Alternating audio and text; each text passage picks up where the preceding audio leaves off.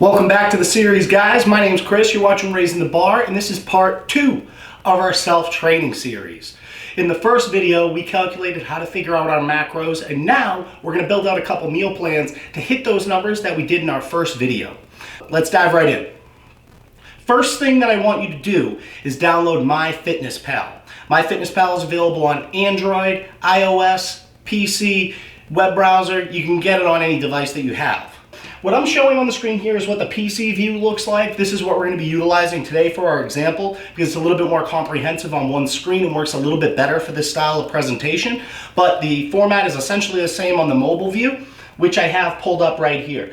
You have multiple meals that you can plug your food into. By default, there's 4 meals. You can go in and add 2 more to create 6 right in your settings and your preferences.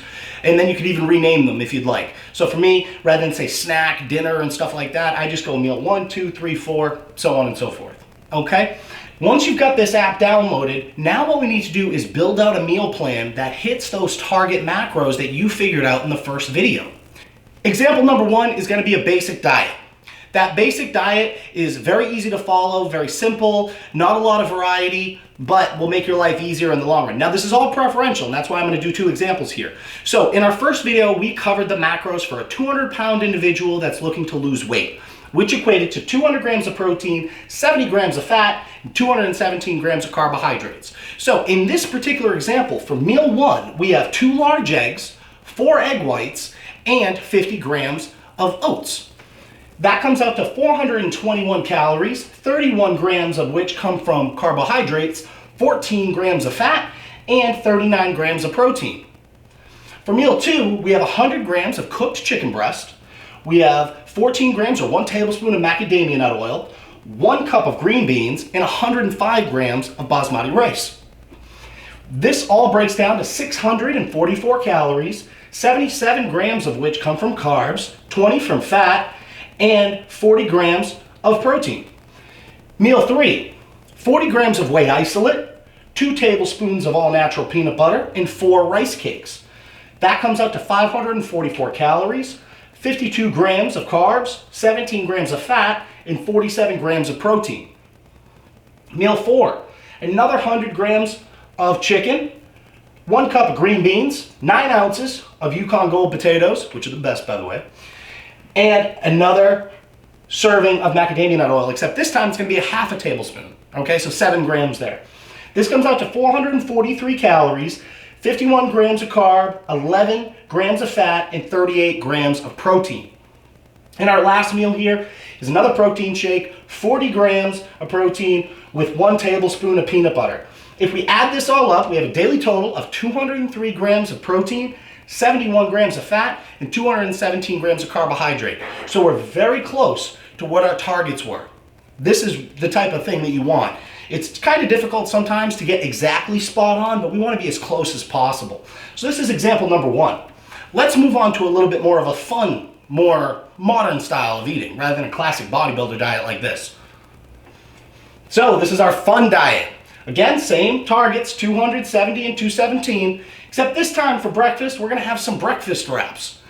So we have a wheat tortilla, 1 tortilla, and then we've got 3 slices of turkey bacon. We have 2 eggs. We have 4 tablespoons of egg whites, or 4 egg whites, and then we have 28 grams of fat-free cheddar cheese. All in, we're at 535 calories, 24 grams of carb, 22 grams of fat, and 54 grams of protein. For meal 2, we have 25 grams of whey isolate. We have 1 chewy granola bar, which is that standard granola bar you see everywhere. Those are about 100 calories apiece. 2 rice cakes and 14 grams of almonds. For this meal, or snack, whatever you'd like to call it, 374 calories, 42 grams of carbohydrates, 11 grams of fat, and 28 grams of protein. Now for meal 3, we have a 4-ounce cooked turkey burger. We have a potato burger bun, which is delicious, by the way. If you guys have Martin's at your grocery store, it's very good. Then we've got 56 grams of fat-free cheddar. So that's a lot of cheese there. It's going to be delicious. You can even put the cheese inside of the burger before you cook it.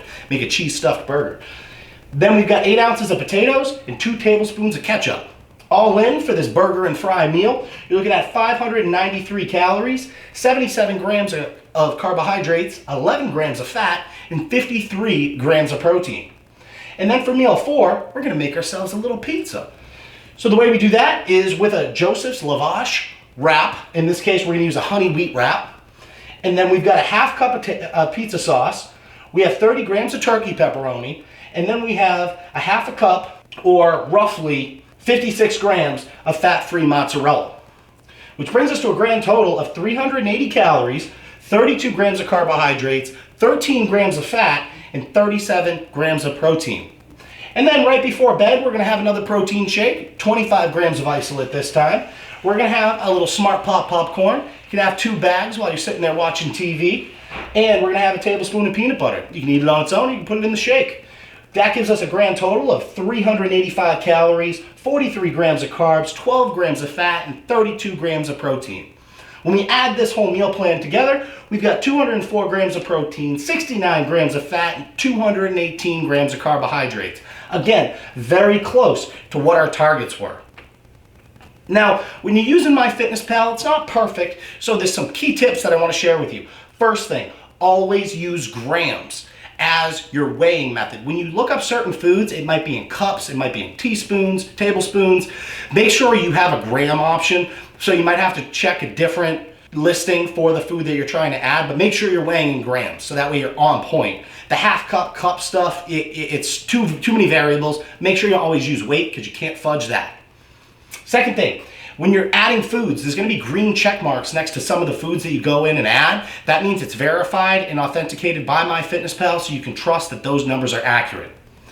Next thing is the weights. Your proteins are always weighed cooked, and your carbohydrates are always weighed raw. So remember that. Carbs are weighed raw, proteins are weighed cooked. And the last couple things. If you find a meal plan that you really like and you want to save it, as you're in the MyFitnessPal app, there's 3 dots next to that particular meal that you're on, and you can actually save that meal, so that way when you go into the next day, you can just add it in as a full meal. You don't have to go in line by line and add everything in. It makes the whole process much easier. Now, the last thing is the calorie counter. Don't get too hung up on the calorie counter in this app, guys. It's not always accurate. I'm not too sure why, but make sure that your macros are on point and you don't have to worry about anything else. So make sure you're hitting your protein goal, your fat goal, and your carbohydrate goal, and you'll be good to go. And you'll be on the right track to whatever your goal happens to be. Hopefully this video was enlightening to you guys so you can see how easy it is to build out a meal plan that works for you and to hit your target macros and accomplish your goals. If you have any questions, feel free to reach out to me directly at RTBTransformations.com. And as always, guys, feel free to comment, like, and subscribe. It helps the channel more than you know. And with that, I am out of here. Stay tuned for part 3. We're going to be diving in even deeper. Thank you so much for watching, guys. Take care.